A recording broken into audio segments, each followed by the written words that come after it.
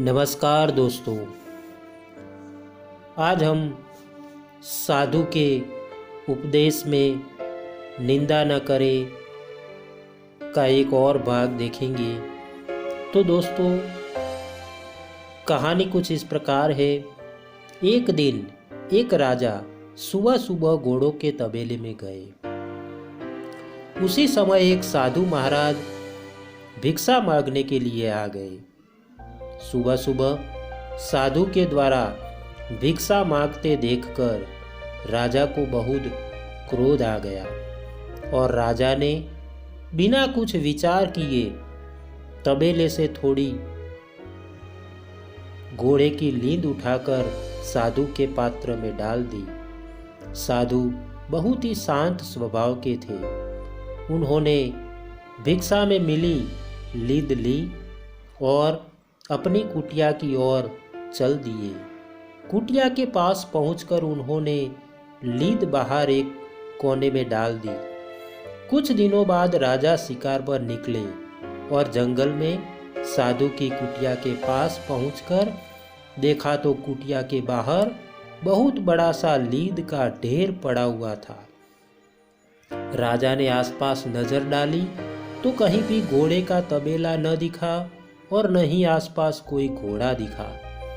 राजा आश्चर्यचकित होकर कुटिया में गए और साधु से बोले, महाराज, आप हमें एक बात बताएं, यहाँ आसपास कोई घोड़ा नहीं है और ना ही कोई तबेला है, फिर भी इतनी सारी घोड़े की लीद यहाँ कैसे आई? तब साधु बोले, राजन, एक राजा के द्वारा यह लीद मुझे भिक्षा में दी गई थी। समय आने पर यह लीद उसी राजा को खानी पड़ेगी।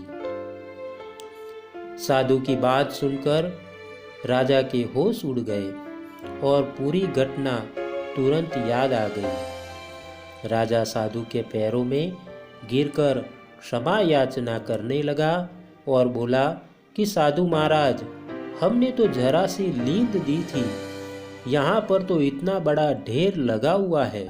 साधु बोले, किसी को जो भी हम देते हैं वह दिन प्रतिदिन बढ़ती जाती है और वक्त आने पर हमारे पास ही लौटकर आ जाती है, इसलिए यह ढेर इतना बड़ा हो गया है।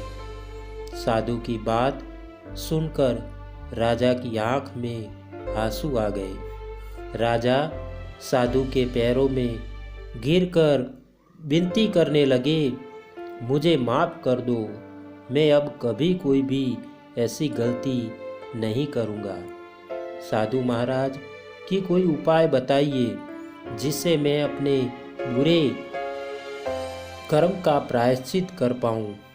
साधु राजा की दुखमयी हालत देखकर बोले, राजन, एक उपाय तो है। आपको ऐसा कर्म करना होगा तो देखने में तो गलत हो पर सच्चाई में वह गलत ना हो। लोग जब आपको बुरा करते देखेंगे तो आपकी बुराई या निंदा करेंगे। लोग जितनी ज़्यादा आपकी निंदा करेंगे, आपका पाप उतना ही कम होता जाएगा।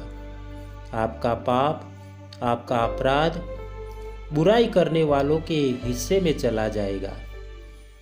राजा साधु की यह बात सुनकर महल में आ गए और काफी सोच विचार करने के बाद अगले दिन ही सुबह से ही शराब की बोतल लेकर शहर के चौराहे पर जाकर बैठ गए।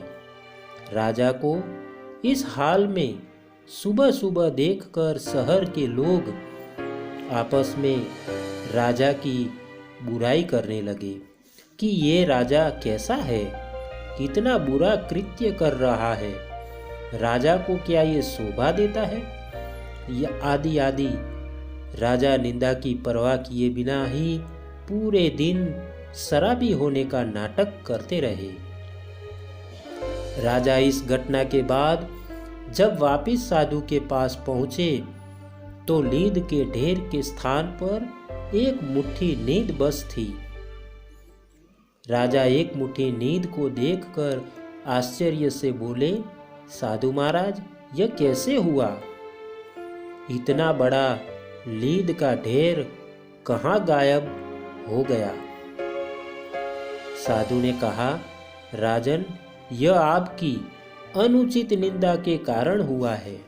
जिन जिन लोगों ने आपकी अनुचित निंदा की है, आपका पाप उन सब में बराबर बट गया है।